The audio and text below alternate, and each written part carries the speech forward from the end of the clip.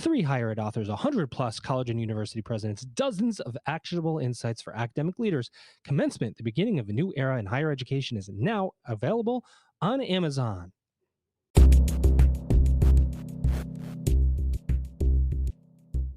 Welcome back, everybody. It's your time to EdUp on the EdUp Experience podcast, where we make education your business. We've made education your business nearly 700 times as of the recording of this episode, which seems like a lot to those of you that look at this and go, how the heck am I going to listen to that many episodes? It seems like a lot to me, too, as I podcast here during my lunch every day, every single day. Of course, co-founder and producer of the EdUp Experience, Elvin Freitas, has me booked out now to the middle of October on a daily basis. And I am stressing this, Elvin, to you, daily basis. I'm not saying that that's good or that's bad. I'm just stressing that it's daily. And how could I not do this every day? I mean, I get to connect with amazing people all across the world, college presidents, ed tech leaders, membership group organization leaders for higher education, in a time when higher ed's value is being questioned from all angles. In fact, I posted this on LinkedIn today, today being probably 2 or 3 weeks from when you listen to this podcast, but I saw an ad on Instagram, and the Instagram ad said, here are 5 YouTube channels you can go to learn more than you would learn with a 4-year college degree. And I thought, boy, we think our competitors are the college down the street or the online college offering the same thing. That only happens if the student is actually interested in going to an institution of higher education. If you look at the top of funnel where the student's thinking about what to do, if they're going into if there's messaging out there for them to go and do something other than a 4-year degree, you never even know that you have that student to compete with the institution down the street in the first place, and how crazy those messages are getting. And I thought about, what does AI skill stacking look like? We talk about micro-credentials, we talk about certificates and this, that, and how's an employer look at, what credential matters and what doesn't? Well, what AI credential matters and what AI credential doesn't matter? It's getting really confusing to, I think, a student who's looking at higher education in the first place. But lucky for you all, the listeners of the EdUp Experience podcast, I've brought 2 people today to the microphone, my special guest co-host and my guest, that are going to tell you exactly what we need to do to make higher ed more relevant. No pressure to them. But I am going to bring in my esteemed guest co-host first. She was one of the 125 presidents profiled in Commencement at the beginning of a new era of higher education by me and Elvin Freitas and Kate Colbert. And she is back on the other side of the microphone. And I love to bring back presidents to be grilling my guests. That's the most exciting part for me, is to watch the grilling. Ladies and gentlemen, here she is. She's Dr. Christine Strickland. And she is Chancellor at Fletcher Tech Community College. Christine, how are you? Welcome back. I am great. Thanks for having me. And I appreciate the applause. I'm not going to lie. I can't say that as a college president, you get applause like that all the time. So I'm going to take it where I can get it. Well, I'll tell you what, you're going to get them here on the EdUp Experience. That's for sure. I am so excited to have you back, Christine. You're doing great work. The community college of the U.S. are like none other. All right? It is such an important group of institutions. That's why when we started, when we said to ourselves, let's see how many college presidents we can get out of the 3,800 Title IV granting institutions. I think there's nobody else that can do it quite like we can, but we said, how many community colleges can we get? And you're just doing great work to serve students. And I just want to thank you, because I know it's hard work. Oh, thank you so much. It really is hard work, but it's rewarding work. I can't say that there's anything that I could ever imagine doing than what I'm doing right now. I really enjoy it. And, I think given this topic that we're talking about today, relevance in higher education, I think you're seeing a shift for students and for communities in terms of what is relevant. And for me, it seems like there's more and more conversation about other types of degrees, other types of institutions beyond the 4-year. And so I'm excited to talk about that a little bit today. Me too, if my microphone works, Christine. You can see. So now if you could picture this, ladies and gentlemen, for whatever reason, my microphone has decided to stop working. So I'm holding the cord down, because when you let go of the cord, it goes out. So I'm holding the cord in my left hand. I'm trying to write notes with my right hand and talk to Christine and my guest at the same time. Oh, this is called multitasking. It might fade in and out. Here he is, ladies and gentlemen, my guest today. He's Dean Hoke. And Thank he you is very President much. and CEO of the American Association of University Administrators and co-founder of EDU Alliance. All in one breath. Dean, how are you? Well, I'm doing well, and I'm not having nearly the issues you are with your microphone and your wires. That's too techy for me. Too techie? Well, you know what? We got to get this done one way or the other, Dean. And I, you know what? You and I, we've been connected for a while, Yeah. and I've come to know you and appreciate your work. But in between the time when I visited your podcast or one of the podcasts that you host, which I'd love you to go and plug away all those podcasts that you do, you became the president and CEO of the American Association of University Administrators. Congratulations, first of all. Well, thank you very much. I'm looking forward to it. Started on July 1 and keeping busy, I can tell you that. I bet. Well, why don't you just start by telling us a little bit about AAUA? What do you do and how do you do it? Well, AAUA, actually, it's been around for a long time. It was started in 1970 by a group of university administrators, mostly in the East, and they were having issues in the day, so it isn't exactly new stuff that we're all going through. Their issues were with board of trustees, governance issues. They decided to start the organization as a way to band together and also, quite frankly, do the beginnings of networking that was going on. Our membership is primarily people that are middle to higher level university administrators. They cut across the board, so that's a little bit different. Our people come from 2-year, 4-year, graduate school, rank ones through community college. And furthermore, they work in all disciplines. One of the things you find out in a big hurry is that people have common issues, common concerns, challenges, no matter what the position, being a development director to an academic dean. So part of our job is putting those people together, do professional development and all the good things that associations do. That's great. And how, when you took this role as president and CEO of this membership organization that's been around for a long time, I think maybe one that is we're going to look forward to the future and say we're going to put a bigger spotlight on this organization. That's probably one of the things you'd like to do. How do you set priorities? What do you walk in to do? How do you figure this out? Who's a member, who's not? What's a priority, membership or providing resources to the current members? It's fascinating. Well, I think one of the things you try to do when you're first walking in, I mean, I came in through being a board member. I had been a board member ever since I came back from the United States after working overseas a number of years. And I wanted to have a group of common people that I had worked with in university administration.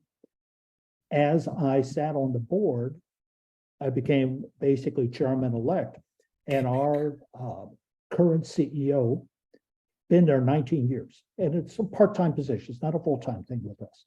And he said, it's time for me to actually like really retire. And so they asked me to sit in there, and my objective is pretty simple. I feel that we need to bring more institutions into the organization. We need to bring some young blood into the group. While I love gray hair people, we need to see a lot more people in the ages of 20s to 30s that are young administrators. Because one of the things that I noticed in the United States and overseas is that we have so many young administrators being in the business for about 5-6 years, and they go, that's it. I don't know how to progress within the business. I don't necessarily want to go from one school to another, meaning that I'm going to go 3,000 miles away. And they also don't quite understand their own systems, how these things work, or how I get more professional development. So for me, a real big time priority is to increase that, to work on retention. And then the second one is that we become more of an advocacy type of group. This is, I'm showing my age, but I feel like we're back 50 years ago when higher education was under attack. And I want to see more and more of our associations stand up for our people and tell the good story and why we are so darn important from 2-year to tier ones. So that's kind of the deal. That's what I'm really pushing on. I've got a lot to say about that. But I'm not going to say anything else. I'm going to bring in my guest co-host here to take over, but I want to set her up properly. Prepare to be astonished. Okay, now you can go, Christine. Well, I appreciate that so much.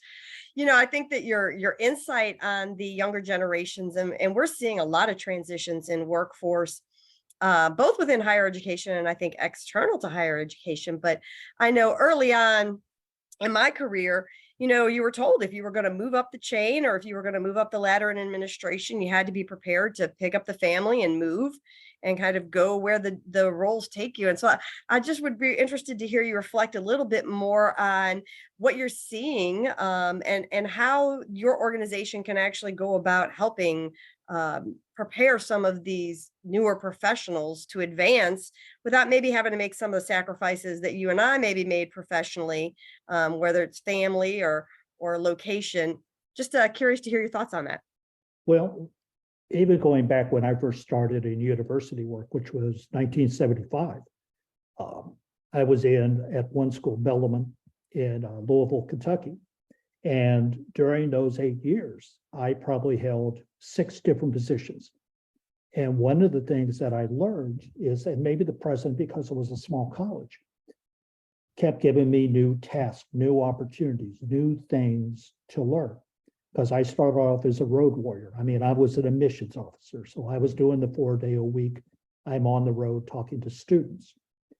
But eventually I became the head of admissions, and then the head of alumni affairs, and then the head of development. And I don't know if you get to see that as much. I had to make a career point after about 8 years.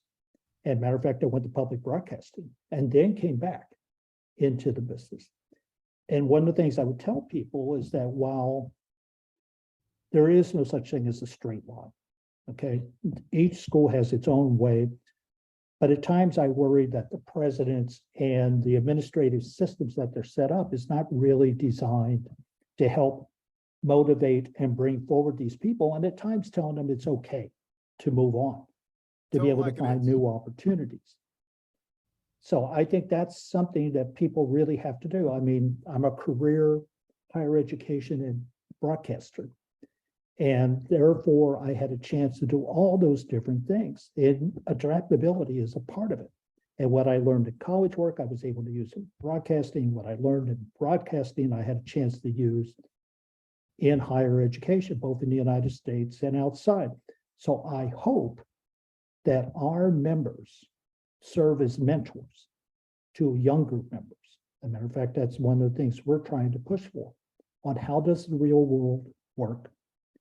How does these kind of things, how is career paths set, and what you can do within your own organization. So that's what we're trying to push. All right. Well, thanks. I will tell you that I'm going to come back. I want to circle back to a question too about your radio broadcast, because I just finished a book and I want to try to tie some things together. But I want to turn my attention to some of this extreme pressure that higher education seems to be under right now. And in particular, looking at your background, having worked internationally, right? I think you've been very uniquely positioned to see higher education, both from inside the US and outside the US. And for a long time, we've held up the US model of higher education as sort of the gold seal of higher education globally. And yet internally, we see folks beginning to tear that down, and just interested to know your perspective, both from that international as well as now being back in the United States. What do you see happening here? Well, I have to agree with you. It's an interesting conundrum. I worked 8 years in the Middle East, and I can tell you right now that it is the gold standard. American higher education is the gold standard, even over the British system, which has been more dominant in the area. They have different ways of doing things, but they love the innovation, the adaptiveness of what they see in American higher education. And even the countries that are Islamic, or to say a little more conservative, love seeing that because they understand how important it is for them to have their students, their nationality, graduate with that type of thinking so that they can help their countries continue to grow. They have total differences in beliefs about political systems and things like that. But the reality is they got past that long ago. Say, American higher education, is it liberal? Well, yes, but that doesn't mean that sense of liberal. And it stunned me when I came back, how much we seem to be up right now for ourselves, nowhere else, that we're a punching bag, that we are pushing. We get back and we're yelling about this, we're whatever the reason. Some of it is well-deserved at times. But at the same time, why something that is the true strength for us internationally, that we're trying to downgrade ourselves? And it just, number one, doesn't make political sense to me. And number two, it's just wrong. It's just flat wrong. What the heck is going on? Exactly very right. confusing, isn't I it? think, yeah. What we do and how we teach. I mean, one of the things, and also the respect. I can tell you, working within an Arab world. Now, I do not have a PhD, but when you are in a senior position, you are considered a doctor, and they call you doctor, and they respect the terminal degree, that senior people, in terms of what they say and do. They may not do everything you suggest. You don't expect them to. But how we teach, what we believe in, and how what they see is that the economy of the United States has been built by these college graduates that we have in the United States. And I think at times we forget that that's exactly how things have grown, be it community college or the big, the bigger rank one, the Harvards of the world. So it's concerning, and I get concerned that we're not speaking with a stronger voice as a community, saying this is who we are and this is what we want to do. I think at times we're too polite, to tell you the truth. I agree. I think we don't fight back, right? So this is something that's bothered me, and then Elvin and I had a conversation about positioning the podcast. How do we position this podcast? Because we have a lot of listeners where we talk to a lot of college presidents and others, and we are really respectful people.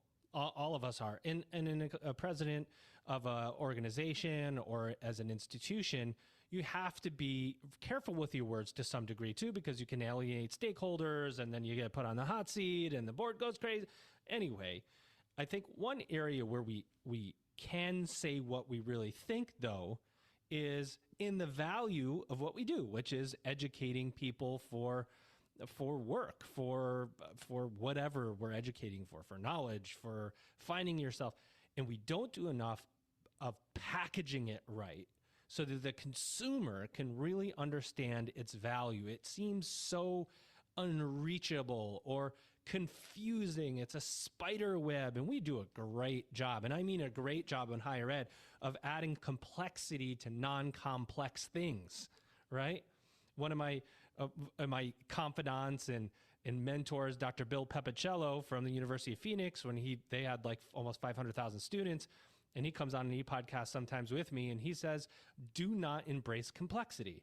But that is the actual antithesis of what we do in higher ed. But the student doesn't want us to embrace complexity, but we force them to navigate our structures versus other industries where you don't know what the structure is. You just get your package, or Uber shows up. You don't need to call anybody besides, you know what I mean? So we've built structures, and then when the consumer says, I don't want to go through that structure, they look elsewhere. And I think that's part of the problem, don't you, Dean?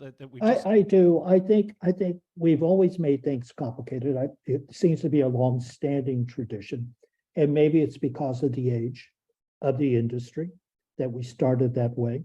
Yikes! It has a tendency to get in the way for students, transferability of credits. Yeah, big At one. times when, for example, if a person graduates from a 2-year institution, do all their credits transfer, and do they transfer into the right slot, no matter what the university? That at times does not happen, and that makes it longer, and they don't understand why. And heck, I'm not sure I understand why every once in a while that those kind of things happen. I think the other side of this has to do that we don't bring our political elites to our universities enough. I'm going to give you one war story, and this is a UAE war story. I watched the past president of the United Arab Emirates and the current president now of the United Arab Emirates continuously walk in unannounced into a university. And he would sit down, and he didn't really care about seeing the administrators, even though a very polite man and all that kind of stuff. He went to where the students were, and he'd sit down with them and he'd start talking. And it wasn't a speech. Now they revered this guy, Sheikh Mohammed bin Zayed. But at the same time, what he wanted to do is, are you getting the education you need? Do you understand what this is about? Do you understand why this is so important to the country? And it wasn't planned meetings. He just did it. And he did it across the country. I don't understand why I don't see that more out of at times with our governors, with our state legislatures, friend or foe. And they should come to the campuses and see what's going on face to face. And then if you want to take a shot at us, have at it. Fair enough to do. So, that's one thing we should see more. Yeah. I like that. Well, and I would add, I oftentimes have asked myself recently, like, did we just start believing our own hype? I think we have forgotten how to tell the story about what we do and why what we do is important. And it goes to your point, Dean, of whoever those constituencies are. We've lost the ability maybe to tell the story to the students or to our government officials or those questioning what is our value and being sure that we're consistent with that messaging. I think that's really one of the ways that your group in that advocacy sector really can play a key role.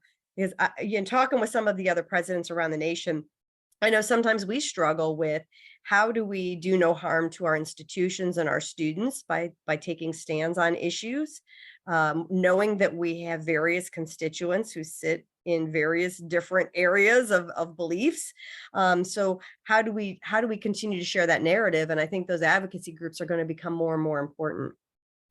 I think one of the things that we can all do better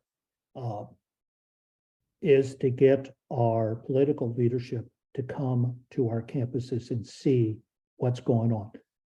Have them meet with students, and at times try to do it with minimal staff. So in other words, your own staff, but also their own staff, and come in and see it. They're all graduates of various colleges across the country, from community colleges to the hoi polloi. But they should come to their local districts and whatever and see more of it. And I think our best advocates may well be those students themselves that are there. They also are the best critics because they can tell us what we can do better and how we can simplify things. So I'd love to see more and more of that. You know that the world of higher education is experiencing evolutions and revolutions. You want to be part of the progress. Commencement, the beginning of a new era in higher education with insights from more than 100 college and university presidents, will show you how. Get your copy of Commencement, the beginning of a new era in higher education now on Amazon right away. We think you're going to love it. It's amazing. Dean, you mentioned the UK. Just jump in, Christine. I'm sorry if I cut Yeah. you off.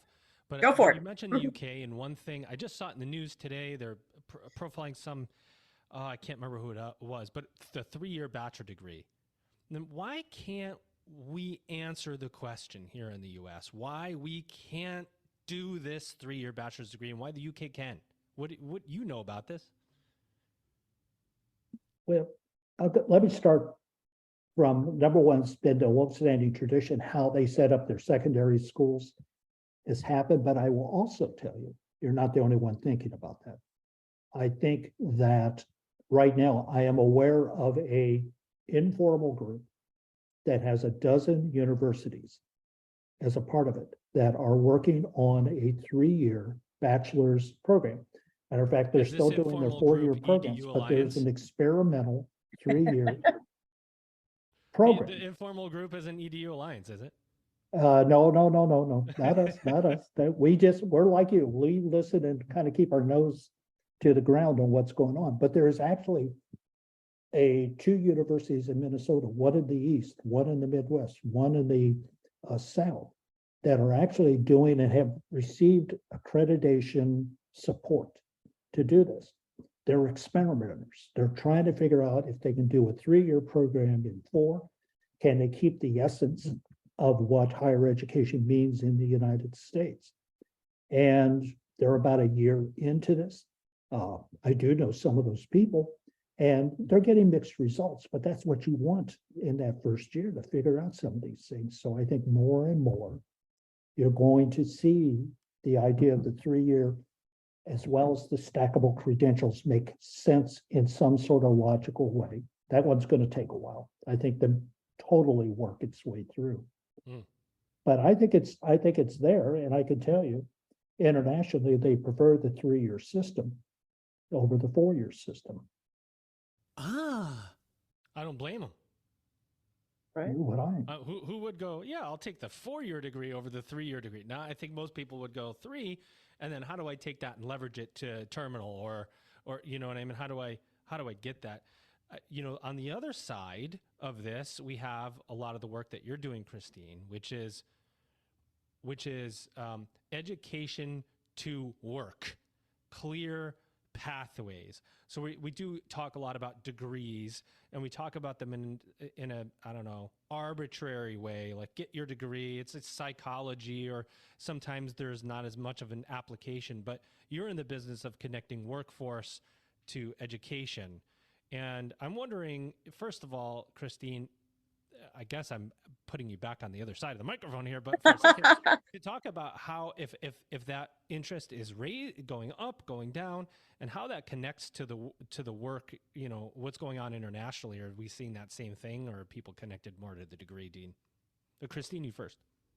Yeah, I think that we are seeing a bigger demand. I mean, certainly the workforce shortages that we're seeing, especially in this sort of new world order post-COVID, is demonstrating that people need a workforce. They need them to be trained.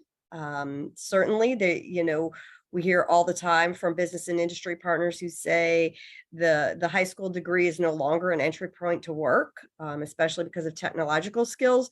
And that is really important work that we have to do, especially in the community colleges, is figuring out ways to really look at competency and making sure that students have skills, that they're learning those skills, but that once they've learned them, it's less about seat time. It's less about, did you sit in a classroom for 16 weeks for so many hours a week?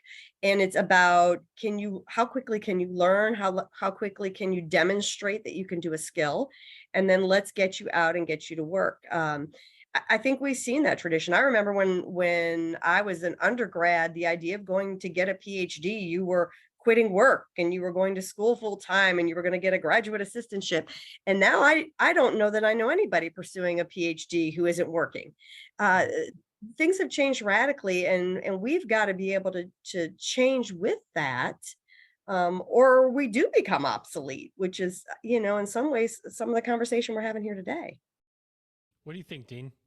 Well, I think you're right about that. I think particularly the 2-year institutions, they're the ones on the ground. They're the closest to the students, to the everyday type of students, the ones that are working part-time. And one of the things that I like on that is that they also have a closer sense to their community, what that's about. And that's what a lot of education is about. Look, we all know that the average quote unquote college student, it comes from within 50 miles of the institution. I mean, that's the vast majority. Come for that. The number spreads out for some national schools and graduate school. It's a whole different sort of thing. But that's where the community colleges, where the mid-sized state universities, where the private rules come in so handy. They're integral to the support and the expansion of those local communities, and to teach those kids, because they're not necessarily, once they graduate, going to go to New York. Some will, some may go to Abu Dhabi, but most likely they're going to stay in Lexington, Kentucky, or they're going to stay somewhere else that is close to home. And that's why, particularly, I think in the 2-year programs, of what they could do and keep them in school and get them graduated is such an important thing to do. Really is. Yeah. Christina, I know you wanted to ask Dean about his broadcasting career.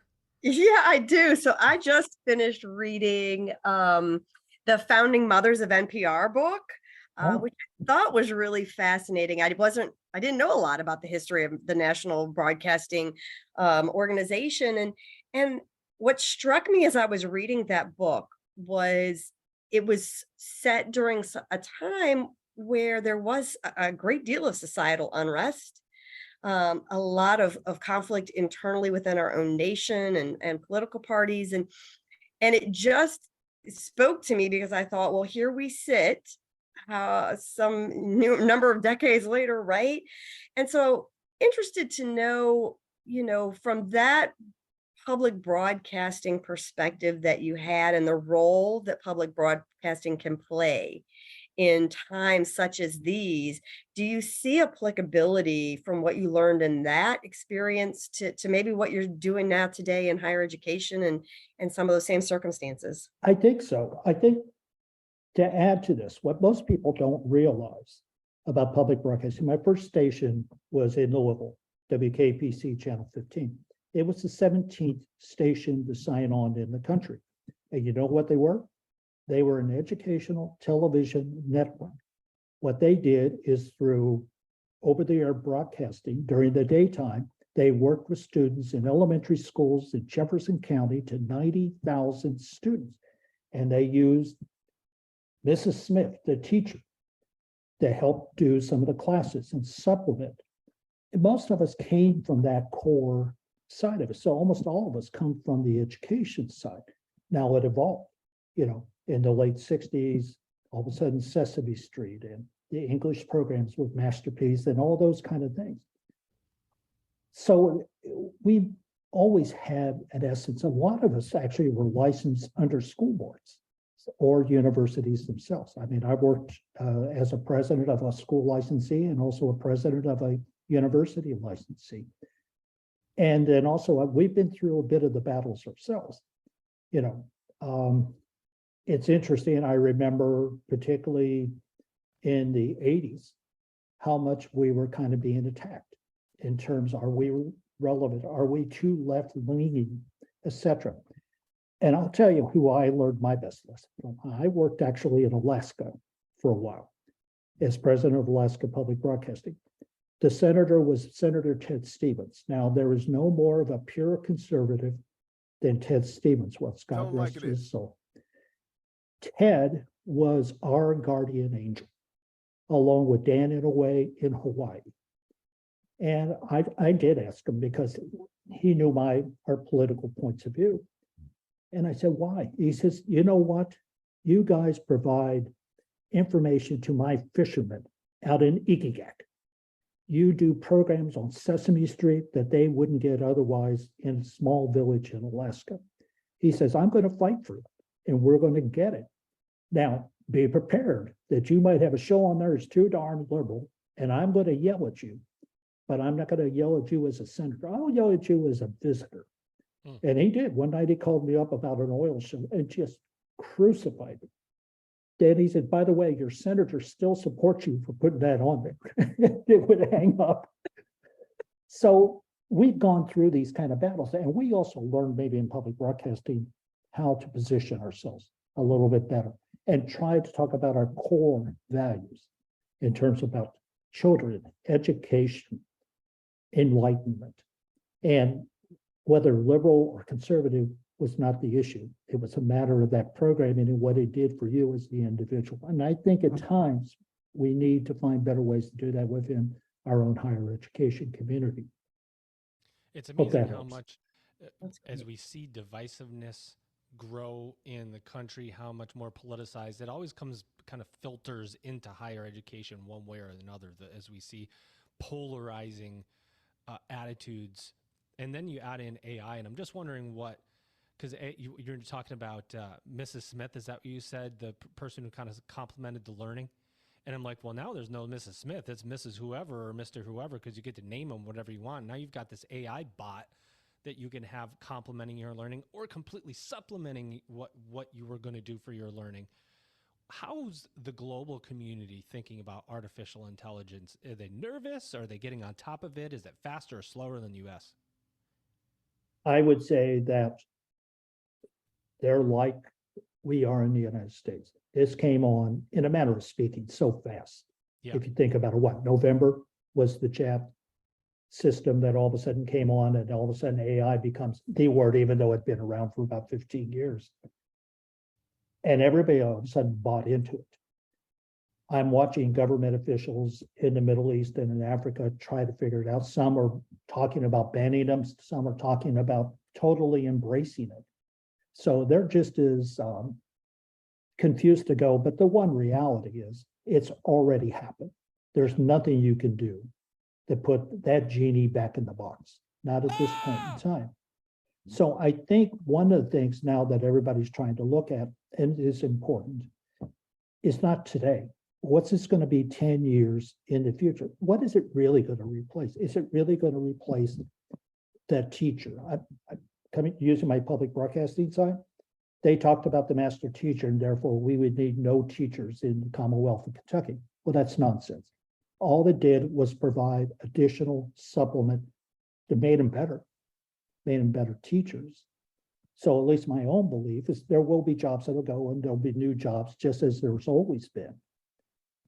But at the same time, AI, we're on about a 10-year ride here before we're actually going to know what this thing is really going to do. We got to get through all the lawsuits and all the craziness.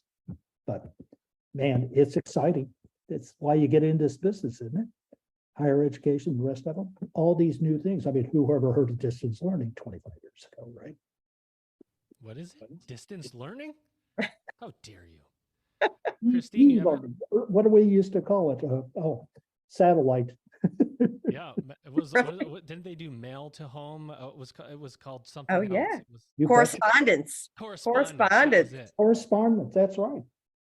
I think that's where it started. Correspondence, right? Where you do your work and then put it in the mail and then send it back to get graded or whatever. Yep. Times have changed, haven't they? They sure have. Christine, do you have any other questions for Dean before we give him the last two? I don't think so. It's just been a real pleasure, and I have so appreciated you sharing all of your journeys. What an extensive and amazing professional career you've had, and you know, we are very, very fortunate in higher education to have someone like you out there leading the way for us, and taking your experiences and putting them to use and helping to advocate for us. So thank you.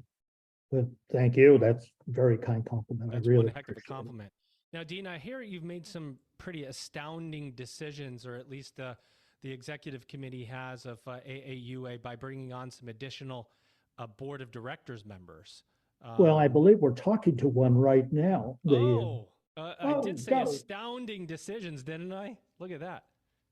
Well, I can tell you one of the things that was a first priority for me was, as sitting with the executive committee, was to get some new people involved at various universities across the country.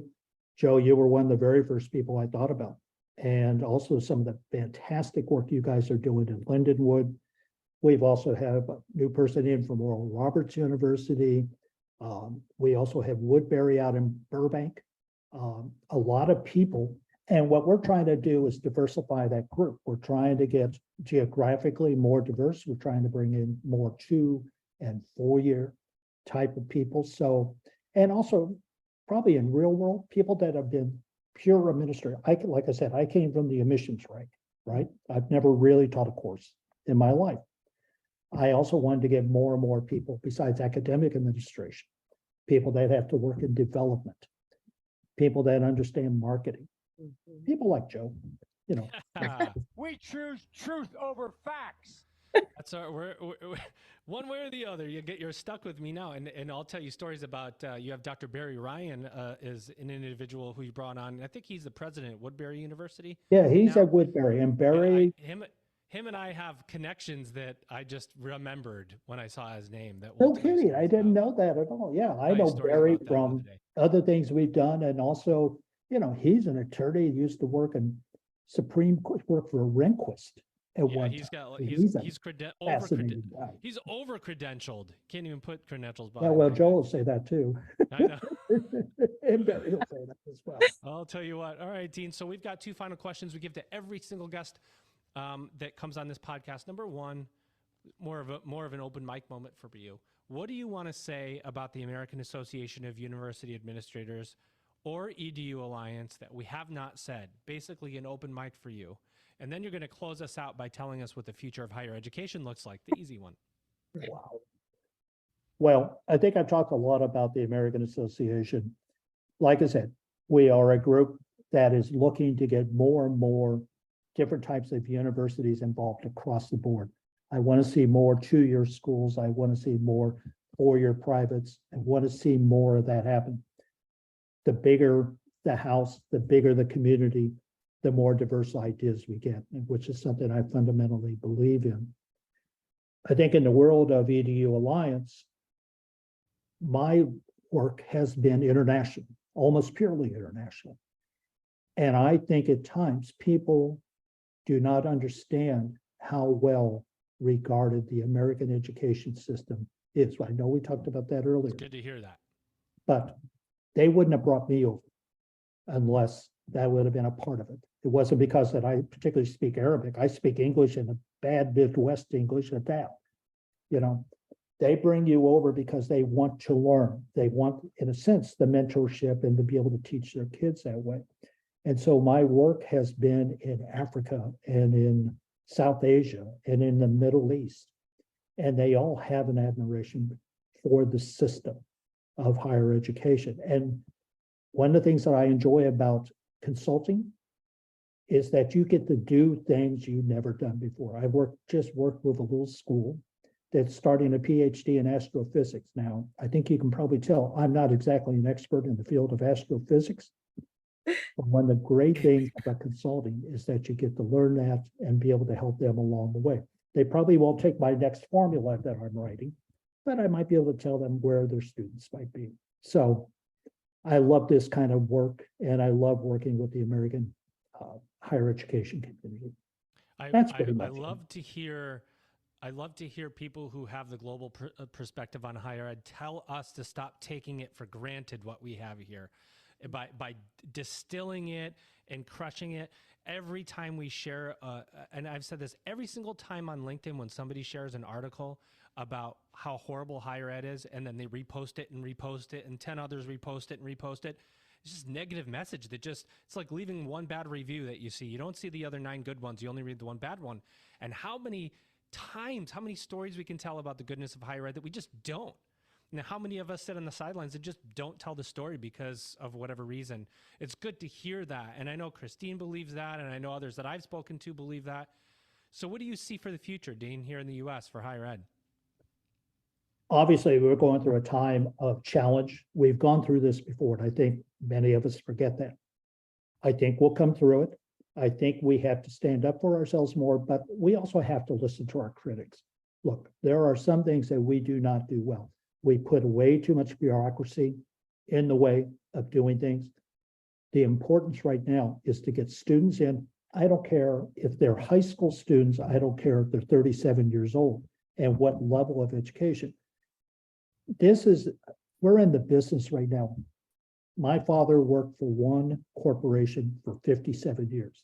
I am on approximately my 29th job, and the kids now that are coming out there are going to be doing all kinds of different things. What we really have to teach them is that adaptability, to be able to accept a discipline of learning and learn how, not only to learn technical stuff, but how to adapt to the job market and how to work with people.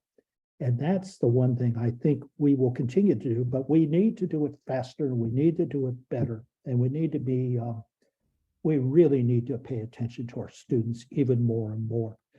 We can't let them fail. Simplest. I love it. Christine, what did you think about this? What did you think about this co-hosting gig?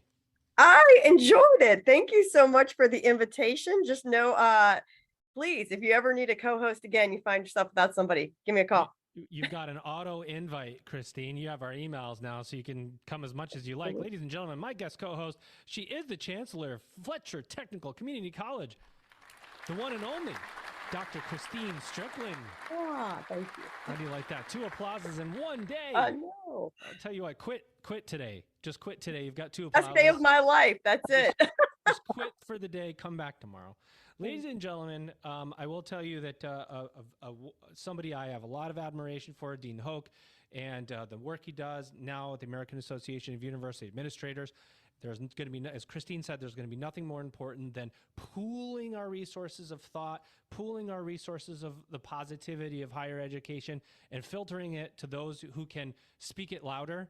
Of course, I don't know if you can get any louder than being on this podcast, but we're going to try as we work together, Dean, and what an honor to work with you on AAUA. And here he is. He is Dean Hoke, President and CEO of the American Association of University Administrators and co-founder of EDU Alliance Group. Dean, did you have a good time here on the podcast? I did. I'm not used to this unstructured stuff. I'm going to have to try this again sometime. I kind of like the way you come at this. Well, you know what? I don't really come at it from anyway, and that's the beauty of it here at the EdUp Experience Podcast. Ladies and gentlemen, if there's one thing for sure, we can make mistakes, but we keep them in because that's what life is about. So you probably heard me screw up. I think Dean was perfect and Christine was pretty perfect today, but I'm certainly screwed up. But you know what? We leave in all of our mistakes because it's about we're real people doing the real hard work of serving students. And you're not going to get any better than coming on this podcast and talking to the leaders that we have and championing what we do at the highest level. With that, ladies and gentlemen, you've just EdUp'd.